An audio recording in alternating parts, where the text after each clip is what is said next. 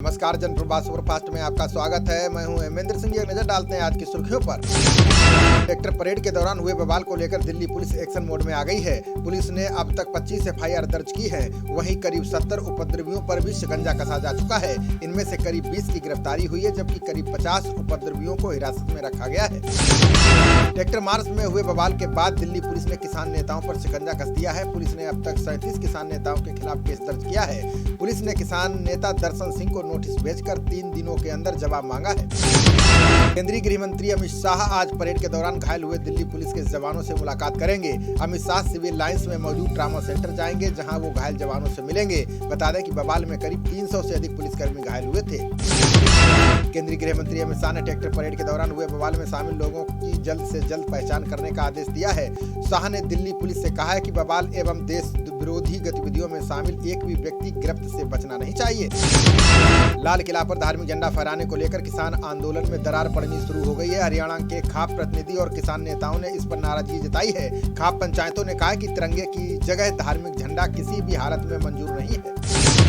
राकेश टिकैत ने किसान आंदोलन से हटने वाले राष्ट्रीय किसान मजदूर संगठन के अध्यक्ष बीएम सिंह पर हमला बोला है। उन्होंने कहा कि बीएम सिंह को अपनी प्रॉपर्टी सीज होने का डर सता रहा है, इसलिए वो आंदोलन से हट गए हैं। बता दें कि बीएम सिंह कांग्रेस से चुनाव भी लड़ चुके हैं।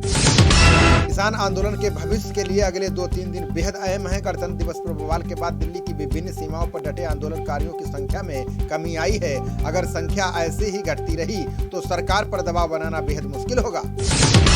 57 दिनों बाद चिल्ला बॉर्डर खोल दिया गया है। यहाँ धरना दे रहे भारतीय किसान यूनियन भानु ने अपना धरना वापस ले लिया है। ट्रैक्टर परेड के दौरान हुई घटनाओं और राष्ट्रध्वज के अपमान से आहत होकर भानु गुट ने यह फैसला लिया है। वहीं लोक शक्ति दल अपना धरना जारी रखेगा।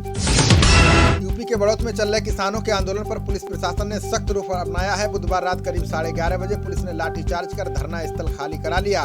पुलिस फोर्स ने लाठियां फटकार कर किसानों को भगा दिया, जिसमें कई किसान घायल भी हो गए हैं। हरियाणा के 3 जिलों में बृहस्पतिवार शाम 5 बजे तक इंटरनेट सेवा निलंबित रहेगी। हरियाणा सरकार ने कहा है कि लोक व्यवस्था और शांति बनाए रखने के लिए ये निर्णय लिया गया है। बता दें कि दिल्ली में हुई अराजकता के बाद इंटरनेट सेवाएं बंद कर दी गई थी। लाल किले पर झंडा लगाए जाने के दोषी ठहराए जा रहे पंजाबी सिंगर दीप सिद्धू ने खुद को बेगुनाह बताया है। उन्होंने किसान नेताओं को धमकी देते हुए कहा है कि अगर मैंने तुम्हारी परतें खोलनी शुरू कर दी तो तुम्हें दिल्ली से भागने का रास्ता नहीं मिलेगा।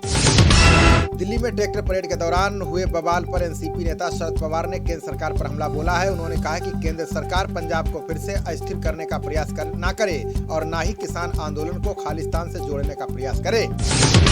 केंद्रीय मंत्री प्रकाश जावड़ेकर ने दिल्ली में हुई अराजकता के लिए कांग्रेस को सीधे तौर पर जिम्मेदार ठहराया। उन्होंने कहा कि कांग्रेस चुनाव में पराजित हो गई है। अब पार्टी के नेता लोगों को इकट्ठा करके देश का माहौल बिगाड़ने में लगे हैं। भारत कभी भी तिरंगे के अपमान को बर्दाश्त नहीं करेगा। पंजाब कांग्रेस अध्यक्ष सुनील जाखड़ ने दिल्ली में हुई घटनाओं को आप पार्टी की साजिश बताया। उन्होंने कहा है कि आप नेता अमरीक सिंह मिकी झंडे के दौरान लाल किले पर देखे गए। मिकी ने भड़काऊ नारे के साथ फेसबुक पर तस्वीर पोस्ट की। उन्होंने आपको किसानों का गद्दार बताया। आपके प्रवक्ता राघव चड्ढा ने दिल्ली में हुई अराजकता के लिए भाजपा को जिम्मेदार ठहराया। उन्होंने कहा कि भाजपा ने ट्रैक्टर परेड में अराजकता पैदा करने के लिए दीप सिद्धू को भेजा था। उन्होंने भाजपा के कई वरिष्ठ नेताओं के समक्ष अभिनेता की तस्वीरें दिखाई। दिल्ली भाजपा अध्यक्ष ने दिल्ली में हुई घटनाओं के लिए आम आदमी पार्टी को जिम्मेदार ठहराया। आदेश गुप्ता ने कहा कि लोगों को उकसाने वाला अमरीक सिंह मिकी आप पार्टी का नेता है। उसने विधानसभा चुनाव के दौरान तिलक नगर में आपका चुनाव प्रचार किया था। रक्षा मंत्री राजनाथ सिंह ने अमेरिका के नए रक्षा मंत्री लॉयड ऑस्टिन से फोन पर बात की। दोनों नेताओं ने रक्षा सहयोग और रणनीतिक साझेदारी को और मजबूत करने की प्रतिबद्धता दोहराई। इससे पहले राजनाथ सिंह ने जनरल लॉयड को मंत्री बनाए जाने पर बधाई दी थी। नेसी अजीत डोभाल ने अपने अमेरिकी समकक्ष जैक सुलिवन के साथ फोन पर बातचीत की। दोनों नेताओं ने भारत प्रशांत क्षेत्र में सहयोग को जारी रखने, क्षेत्रीय सुरक्षा को बढ़ावा देने और वैश्विक चुनौतियों पर साथ मिलकर निपटने के प्रयासों पर चर्चा की है। पीएम मोदी आज विश्व आर्थिक मंच के दावोस संवाद को संबोधित करेंगे। इस दौरान वो भारत के विकास संबंधी विभिन्न पहलुओं और प्रौद्योगिकी के उपयोग पर अपनी बात रखेंगे। इस कार्यक्रम में दुनिया के उद्योग जगत के 400 से अधिक शीर्ष प्रतिनिधि भाग लेंगे। पीएम मोदी ने 35वीं प्रगति बैठक की अध्यक्षता की। इस दौरान 15 राज्यों के कुल 54,675 करोड़ रुपए की परियोजनाओं की समीक्षा की गई। पीएम मोदी ने अधिकारियों को निर्देश दिया है कि बुनियादी ढांचा परियोजनाओं की राह में आ रही अड़चनों का तेजी से हल करें। विपक्ष ने 29 जनवरी से शुरू हो रहे बजट सत्र में केंद्र सरकार को घेरने की तैयारी कर ली है। विपक्ष की ओर से नए कृषि कानून, चीन और कोरोना संकट में गिरती अर्थव्यवस्था को लेकर सवालों की लंबी सूची तैयार की है, जिनका जवाब सरकार को देना होगा। पश्चिम बंगाल की ममता बनर्जी सरकार नए कृषि कानूनों के खिलाफ विधानसभा में आज प्रस्ताव पेश करेंगी, जिसमें कानून रद्द करने की मांग करेंगी। बता दें कि अभी तक 5 गैर भाजपा शासित राज्यों ने नए कृषि कानूनों के खिलाफ विधानसभा में प्रस्ताव पारित किए हैं। ममता बनर्जी जय श्री राम के नारे के खिलाफ विधानसभा में आज निंदा प्रस्ताव लाने वाली हैं। टीएमसी ने नारे को नेताजी और मुख्यमंत्री का अपमान बताया है। हालांकि ममता का समर्थन करने वाली कांग्रेस और सीपीएम पार्टियों ने कहा कि वे निंदा प्रस्ताव का समर्थन नहीं करेंगी।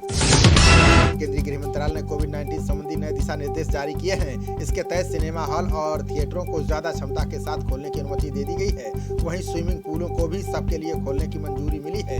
ये नया दिशा निर्देश 1 फरवरी से लागू होगा।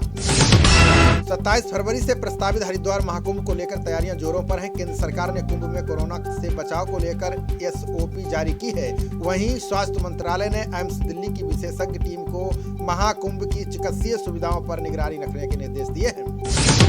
उत्तराखंड के पूर्व सीएम हरीश रावत ने केंद्र और राज्य सरकार पर कुंभ मेले की उपेक्षा का आरोप लगाया। उन्होंने कहा कि मेले को सीमित किए जाने से संतों में नाराजगी है। संस्कृति के महान पर्व को लेकर सरकारों ने तैयारी नहीं की।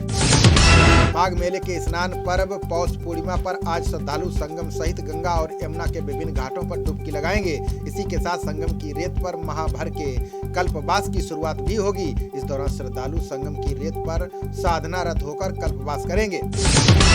शिक्षा मंत्री रमेश पोखरियाल निशंक राष्ट्रीय शिक्षा नीति के कार्यान्वयन पर आज विभिन्न CBSE स्कूलों के प्रमुखों के साथ बातचीत करेंगे। निशंक राष्ट्रीय शिक्षा नीति के कार्यान्वयन में स्कूल प्रमुखों की भूमिका पर चर्चा करेंगे। ये चर्चा YouTube चैनल पर दोपहर 2 बजे लाइव होगी। फ्रांस से उड़ान भरने के बाद 3 राफेल युद्धक विमान भारत पहुंच गए हैं। तीनों विमान ऐसे समय पर आए हैं जब भारत और चीन के पूर्वी लद्दाख में गतिरोध जारी है। इन विमानों के आने के बाद भारतीय वायुसेना को और मजबूती मिलेगी। नए राफेल विमानों की संख्या 11 हो गई है। भारत में कोरोना संक्रमितों का आंकड़ा 1 करोड़ 7 लाख के पार पहुंच चुका है। इनमें से अभी तक 1,53,847 लोगों की जान जा चुकी है। देश में पिछले 24 घंटों में कोरोना के 11,666 नए मामले सामने आए हैं। वहीं महामारी से 123 लोगों की जान चली गई है। दुनिया भर में कोरोना मरीजों का आंकड़ा 10 करोड़ 14 लाख से ज्यादा हो गया। इनमें से अभी तक 21,82,000 से ज्यादा लोगों की जान चली गई है। वहीं कोरोना के नए वेरिएंट को लेकर WHO ने चेतावनी जारी की है। WHO ने कहा है कि ये वेरिएंट 70 देशों में फैल चुका है। लाल किला 31 जनवरी तक के लिए आगंतुकों के लिए बंद कर दिया गया है। आदेश में कारण का उल्लेख नहीं किया गया है। इसमें 6 जनवरी और 18 जनवरी के पुराने आदेशों का उल्लेख किया गया है, जिसके तहत बर्ड फ्लू अलर्ट के कारण बंद करने का आदेश जारी किया गया था। महाराष्ट्र, गुजरात और छत्तीसगढ़ में और कुछ जगहों पर बर्ड फ्लू की पुष्टि हुई है। अभी तक दिल्ली सहित 12 राज्यों में बर्ड फ्लू पाया गया है। डेयरी मंत्रालय ने कहा है कि उत्तराखंड के रुद्रप्रयाग वन संभाग के कौवों और महाराष्ट्र के बीड में मोरों में बर्ड फ्लू मिला है। कर्नाटक के मुख्यमंत्री बी एस येदियुरप्पा और पूर्व उद्योग मंत्री मुरुगेश निरानी को सुप्रीम कोर्ट ने बड़ी राहत दी है। शीर्ष अदालत ने राज्य में भूमि अधिसूचना वापस लेकर कथित जालसाजी करने संबंधी मामले में उनकी गिरफ्तारी पर रोक लगा दी है। भारतीय रेलवे ने यात्रियों की सुविधा के लिए end to end luggage service सेवा की शुरुआत की है, जिसके माध्यम से लोगों को रेलवे स्टेशन तक अपना सामान ढोने से निजात मिल जाएगी। इस सुविधा के तहत आपका सामान घर से सीधे ट्रेन की बर्थ तक पहुंचाया जाएगा।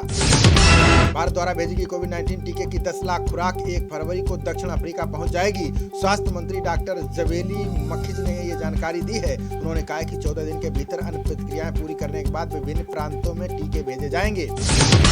देश भर में अब तक 23 लाख से अधिक स्वास्थ्य कर्मियों का टीकाकरण किया गया है। केंद्रीय स्वास्थ्य मंत्रालय ने कहा है कि टीकाकरण के गंभीर प्रतिकूल प्रभाव का कोई मामला अब तक सामने नहीं आया है। मंत्रालय ने कहा है कि टीकाकरण कार्यक्रम 12वें दिन सफलतापूर्वक आयोजित किया गया। रूस के राष्ट्रपति व्लादिमीर पुतिन ने दुनिया के सभी देशों को नसीहत दी है। उन्होंने कहा कि वैश्विक अस्थिरता बढ़ सकती है। इनके पीछे कोरोना महामारी के बीच कई देशों की आपसी प्रतिद्वंदिता और अन्य तनाव है। बढ़ती असमानता और बेरोजगारी से ऐसी समस्याएं बढ़ सकती हैं। ESIC ने बीमित व्यक्तियों के लिए बड़ी योजना की शुरुआत की है। इसके तहत 1 अप्रैल से 735 जिलों में स्वास्थ्य सेवाएं मिलेंगी। बता दें कि ESIC आयुष्मान भारत योजना और प्रधानमंत्री प्रधानमंत्री जन आरोग्य योजना के तहत स्वास्थ्य सेवाएं उपलब्ध करा रहा है। सीएम योगी ने चौरी चौरा शहीद स्मारक का निरीक्षण किया। उन्होंने कहा कि इस घटना का शताब्दी वर्ष मनाया जाएगा। उन्होंने तैयारियों के संबंध में समीक्षा बैठक की, साथ ही अधिकारियों को निर्देश दिया कि स्मारक की दीवारों पर स्वाधीनता संग्राम सेनानियों की पेंटिंग बनवाई जाए। भारत ने पेट्रोल में 20% एथेनॉल मिलाने का लक्ष्य हासिल करने की समय सीमा 5 साल कम कर दी है। पेट्रोलियम मंत्री धर्मेंद्र प्रधान ने कहा कि 2025 तक इस योजना को पूरा कर लिया जाएगा। इससे महंगे तेल आयात पर निर्भरता कम हो जाएगी। दिल्ली एनसीआर में कोहरे के साथ कड़ाके की ठंड जारी है। वहीं उत्तर भारत ठंड से बुरी तरह से कांप रहा है। पहाड़ी इलाकों में तापमान में गिरावट से लोगों की परेशानियां बढ़ गई हैं। मौसम विभाग ने बताया कि आगामी दिनों में ठंड से राहत के आसार नजर नहीं आ रहे हैं। दिल्ली एनसीआर में आज सुबह भूकंप के हल्के झटके महसूस किए गए। रिक्टर पैमाने पर भूकंप की तीव्रता 2.8 मापी गई है। भूकंप का केंद्र नई दिल्ली से लगभग 3 किलोमीटर उत्तर पश्चिम में था। इससे पहले 26 जनवरी को भी भूकंप के झटके महसूस किए गए थे। खाद्य मंत्री पीयूष गोयल ने किसानों की आय दोगुनी करने पर जोर दिया। उन्होंने कहा कि कृषि शोध संस्थान देश को आत्मनिर्भर बनाने के उपाय करे। उन कृषि उत्पादों की खेती को बढ़ावा दिया जाए जिसका आयात हो रहा है। उपराष्ट्रपति एम वेंकैया नायडू ने संसद के बजट सत्र की तैयारियों का जायजा लिया। उन्होंने सचिवालय के वरिष्ठ अधिकारियों के साथ बैठक की। नायडू ने इस बात पर जोर दिया कि कोविड-19 से जुड़े सभी दिशा निर्देशों का सख्ती से पालन होना चाहिए। पूर्व बसपा नेता नसीमुद्दीन सिद्दीकी और बसपा नेता राम अचल राजभर को जमानत मिल गई है। इन दोनों नेताओं पर भाजपा के वरिष्ठ नेता की नाबालिग बेटी और परिवार की अन्य महिलाओं के खिलाफ अमर्यादित शब्दों का प्रयोग करने का आरोप लगा है। असम के कोकराझार जिले में बड़ी संख्या में हथियार बरामद किए गए हैं। पुलिस अधीक्षक राकेश रोशन ने ये जानकारी दी। उन्होंने बताया कि सुरक्षा बलों ने भारत भूटान सीमा पर हथियार बरामद किए। इनमें AK-47 राइफल, AK-57 राइफल समेत कई हथियार शामिल हैं। राजस्थान सरकार ने प्रदेश भर में पोषण कार्यक्रम की शुरुआत की है। कार्यक्रम बच्चों और महिलाओं में पोषण की कमी को दूर करेगा, जिससे शारीरिक विकास में कमी, सामान्य से कम वजन और एनीमिया जैसी दिक्कतों से निपटने में मदद मिलेगी। महाराष्ट्र और कर्नाटक बीच सीमा विवाद को लेकर नेताओं के बीच जुबानी जंग शुरू हो गई है। महाराष्ट्र के सीएम ठाकरे ने कहा है कि उनके राज्य की सीमा से लगते मराठी भाषी बहुल इलाके को सुप्रीम कोर्ट का अंतिम फैसला आने तक केंद्र शासित प्रदेश घोषित किया जाना चाहिए। भारतीय टीम के ऑलराउंडर खिलाड़ी विजय शंकर ने अपनी मंगेतर वैशाली विश्वेश्वर से शादी कर ली है। कोरोना महामारी के चलते शादी समारोह में कम लोग ही शामिल हो सके। IPL की फ्रेंचाइजी SRH ने विजय शंकर की शादी की फोटो शेयर कर उन्हें बधाई दी है। खबरों का सिलसिला जारी रहेगा। देखते रहिए जनप्रवाद। नमस्कार।